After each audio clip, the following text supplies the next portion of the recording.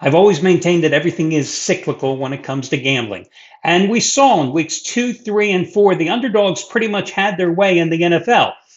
But I've also said that over the years that when the underdogs are barking like that, especially in the pros, that only two things are happening and neither are really good from a gambler's perspective. Generally, gamblers and handicappers are losing their shirts and sports books are making a hell of a lot of money. Why? Because basic human nature dictates that gamblers and handicappers, by and large, gravitate towards favorites. But again, it comes back to everything being cyclical because we saw last week, well, the dogs were put back in their sheds because the favorites came back with a vengeance, going 10-4 against the spread. And we saw another chalk come through this past Thursday night with San Francisco, too. So, excluding the 49ers, let's just take a look at what has happened now through the first 5 weeks of the NFL season. Those underdogs, they're just 2 games over 500 at 39, 37, and 2 against the spread. Again, and I've told you this repeatedly throughout the season, at the end of a 272 game regular season, that spread between favorites and underdogs will probably be right around 10 to 15 games.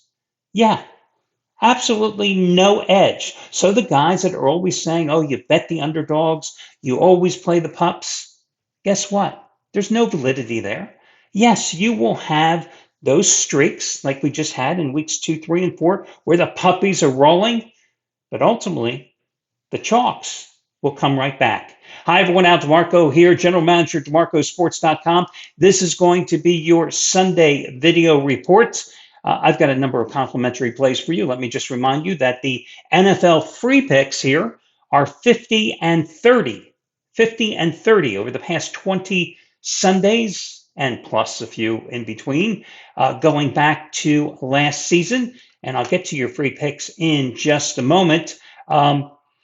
That little quirky trend that I like to talk about, straight up winners, how they have done against the spread, that if you simply could find the straight up winners, you would make an absolute fortune. We'd all be multi-billionaires because that trend generally through the first 12 to 13 weeks of the season cashes in between an 85 to 90% mark. And it's been money in the bank for 13, 14 years that I've been following that trend. Well, last week, the straight up winners went 13-1 against the spread. And for the year, the straight up winners, again, not counting the 49ers win on Thursday night, the straight up winners are 66-10-1 against the spread. That's 86.8%.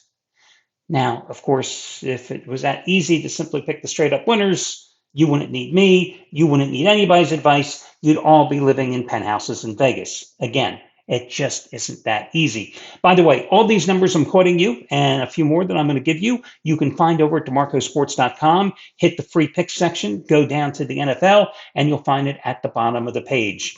A lot of guys like to talk about Monday nights, how the dogs are the way to play on Monday, and think about that game coming up with the Bills and the Jets. Monday night, by the way, the straight up winner is a perfect 7-0 against the spread. Favorites are 4-3 against the number. The three dogs, by the way, that have covered, they have have all won the game outright. Thursday nights, by the way, after the 49ers cashed in, the favorites are 5-1 against the spread in the primetime games. Sunday night games, the straight up winners are 4-0-1 against the spread. Favorites are 3-1-1 ATS. So just some more numbers to keep in mind.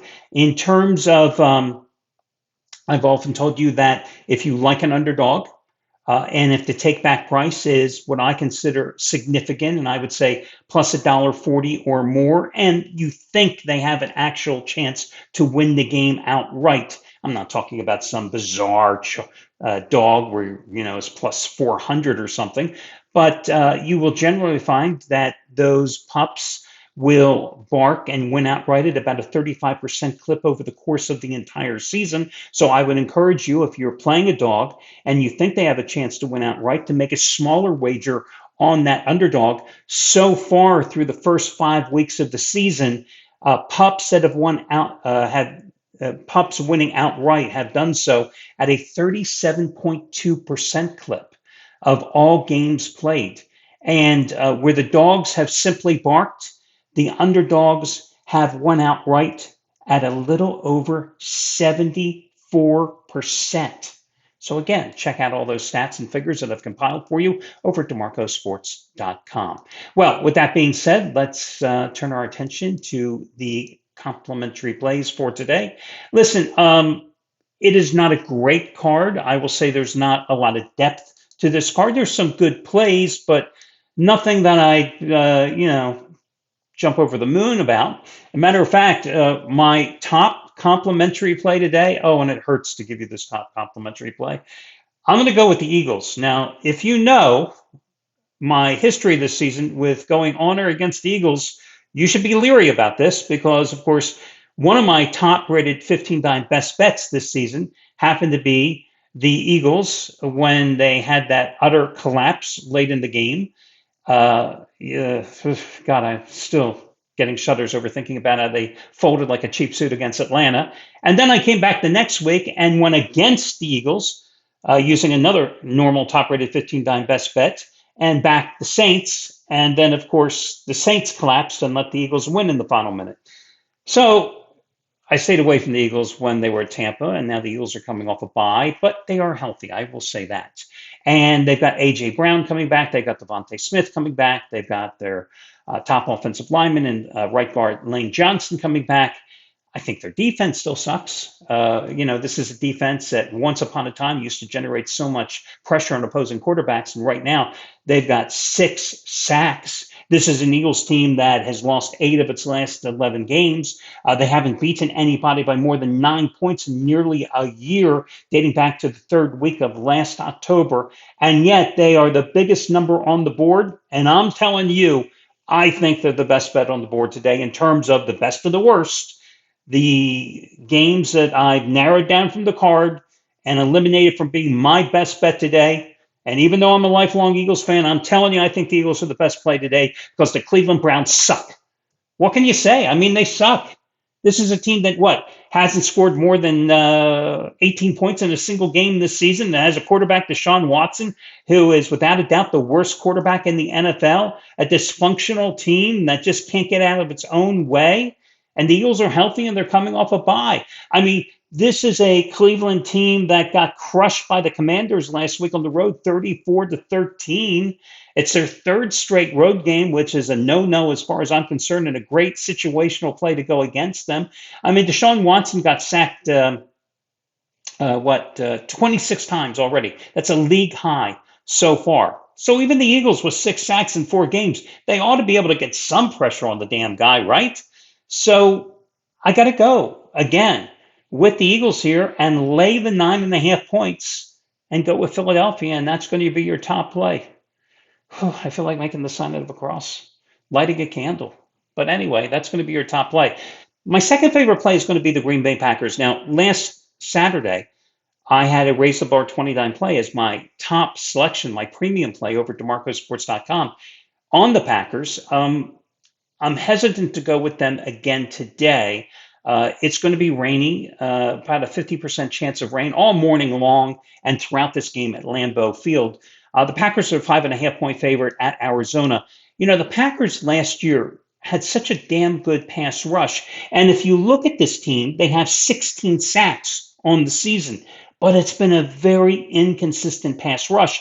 And I worry today whether or not they're going to be able to get containment on Kyle Murray. The good news is the Packers are number 1 with 14 takeaways in the NFL. But there's still a lot of bad news when I look at this team. This is a team that, again, if you're not able to pressure Kyle Murray, you're asking for trouble. Their secondary has had some injury concerns, they being Green Bay, being the Packers. Jaire Alexander, questionable for the game. I hope he's going to be able to play. As I do this report on Saturday, he's questionable and probably trending upwards, but is he going to be able to handle Marvin Harrison Jr.? I mean, that's a big ask, right? I think the key for the Packers in this game, however, is going to be finding their ground game once again because Josh Jacobs hasn't been called on much the last 3 weeks. But I think this is a game that Josh Jacobs could be called on and could be expected to have a big game against an Arizona run defense that's allowing nearly 148 yards and 4.6 yards per carry. But he's only averaged 56 yards a game the last 3 games. And obviously, his rushing attempts have gone down the last 2 weeks with the return of Jordan Love. And the Packers' pass run distribution has definitely been skewed because they fell behind early 28-0 2 weeks ago against Minnesota. And then last week against the Rams, well, I don't know what the hell Matt LaFleur was doing. Now, Jordan Love hasn't played exceptionally well other than in the second half comeback, and particularly in the fourth quarter against the Vikings. But I'm anticipating Jordan Love is going to have a better game here today against an Arizona pass rush that's ranked 31st in pressure and second worst in terms of coming up with sacks at 25.7%, their pressure rate, according to Next Gen Stats. So again, he ought to have time in the pocket. He should have his full complement of wide receivers back, although Christian Watson is technically listed as questionable for the game. I know Arizona beat San Francisco last week, but to me, it was more a case of the 49ers losing the game than Arizona winning the game. Because if you remember, the 49ers were up by 13 at halftime, went scoreless in the second half, 1 for 6 in the red zone, 3 costly turnovers. They allowed Arizona to come back and win that game. This was still the same Arizona team that got their asses kicked the week prior at home by Washington. So again, I like the Packers minus the 5.5. That would be my second favorite play on the board. FYI, you see at the bottom of the screen, if you have not yet taken advantage of the 2-day free all access pass, you can get my best bet today and the plays of all the handicappers for free for 2 days. You pick the 2 days by using the 2-day free all access pass over at DeMarcosports.com. There is no risk. There is no obligation. Truly, in a industry where the word free is a bad 4-letter word, free truly means free. There are no strings attached. What more can I tell you? By the way, I'm going to have another Raise the Bar 20-dime release. That is my second highest rated play. It is going to be my revenge game of the month. And it's on the heels of hitting 20-dime plays on the 49ers on Thursday, and the 49ers the Packers last Sunday. So that is going to be my best bet today. It's the half price play of the day, by the way, using coupon code HALF if you want to buy it.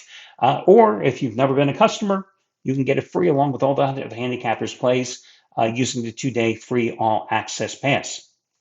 Now, your next complimentary play. Oh boy, this is where the card definitely gets a little thin. I'm going to take a shot here and go with the Denver Broncos because I don't understand how the Broncos are a 2.5 to 3-point underdog at home against the Chargers. Chargers quarterback still isn't 100% healthy, even after the bye week, because his ankle is still troublesome. And you've got a Denver pass rush, which has really been outstanding because Vance Joseph just unleashes those guys, and they absolutely produce. Plus, the last 3 games, it's the Broncos that have been the winning team, not the Chargers. I mean, the Broncos won 26-7 in Tampa, and then they win 10-9 at the Jets. Yes, I had the Jets in that game. Ugh. And then they won 34-18 at home against Vegas. Now, the Buccaneers were a good team. The Jets and Vegas proved not to be good teams. But listen, they gave up 34 total points in that 3-game stretch, and their defense is only allowing 271 yards on the season. They blitz at the second highest rate in the NFL. They already have 33 sacks on the year, and they get pressure from all angles, okay? Their defensive line has 7 sacks. Their outside edge rushers have 11 sacks, so the pressure comes from everywhere. Now, you look at the Chargers, they're coming off a bye. Their 2 previous games against the Steelers and the Chiefs, okay, they were competitive. They only lost by a combined 20 points, but the offense has just been pretty mediocre. It's not that the Broncos are scoring a lot of points either with Bo Nix at quarterback, but the Broncos are winning those games and they're at home. Again, I don't understand why the Broncos are the underdog here. I like Denver in this spot. So Denver would be your third play on the board. And your last one, there's a reason it's the last one. I'm going to go with Cincinnati, -3.5 against the Giants. Uh, I can't say I was that impressed with the Giants' win against Seattle last week because, as we've seen with the Seahawks, they're just not that good of a team. They're a mediocre team. And I think the Seahawks were in a tough spot. Listen, that Thursday night game, one of the reasons I went against Seattle, well, two reasons. The 49ers are better, and the Seahawks were playing their third game in an 11-day stretch. And for the second straight game, they were in a short week scenario. Last week, they were in a short week scenario. And I think that definitely aided the Giants. Cincinnati certainly has the offense. They just have absolutely no defense. How they blew that game 41-38 in overtime against Baltimore last week. And I had the Ravens as a free pick here on the video report. God bless them. But just another pitiful performance and some really poor game management by Zach Taylor as well, eschewing the opportunity to get his team a little closer rather than going for a 50-plus yard field goal, a bonehead move because they rely too much on statistical analysis instead of, going for a 49-yard field goal. I don't know, but hey, it cost them. This is their third road game. Well, they played competitively at Kansas City, a game that they probably should have won. Instead, they lost by one. They came up with a 10-point win at Carolina. The Giants are still going to be without Malik Neighbors. They're going to run the ball in Cincinnati, but can they match points with this Joe Burrow's offense, which is just so damn explosive right now? I don't think so. So I'm going to go with Cincinnati. They're a 3.5-point favorite, and as usual, I'm buying down the half point with the Bengals. So to recap, my best bet today in terms of the complementary selections, it's going to be, again, the Eagles. Number 2 is going to be the Packers, despite the rain expected at Lambeau. Number 3, I told you, I think the Broncos are the team that should be favored against the Chargers. And then number 4, and a distant number 4, is going to be Cincinnati getting the job done against the Giants. Well, that'll do it for this Sunday video report. I wish you well, guys, and we'll talk again soon. Good luck, everybody.